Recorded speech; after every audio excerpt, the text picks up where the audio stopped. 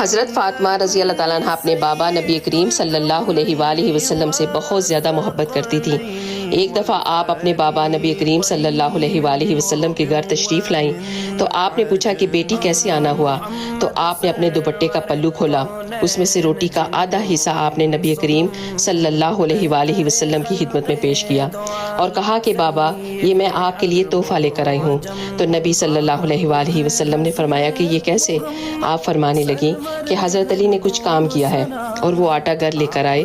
मैंने एक रोटी हसन को, एक रोटी हुसैन को और एक हज़रत अली ने खाई, लेकिन जब मैं अपनी रोटी खाने लगी थी तो मुझे ख्याल आया कि शायद मेरे बाबा ने कुछ ना खाया होगा, तो ये रोटी का आधा हिस्सा मैं आपके लिए लेकर आई हूँ, इसे कबूल फरमा लीजिए।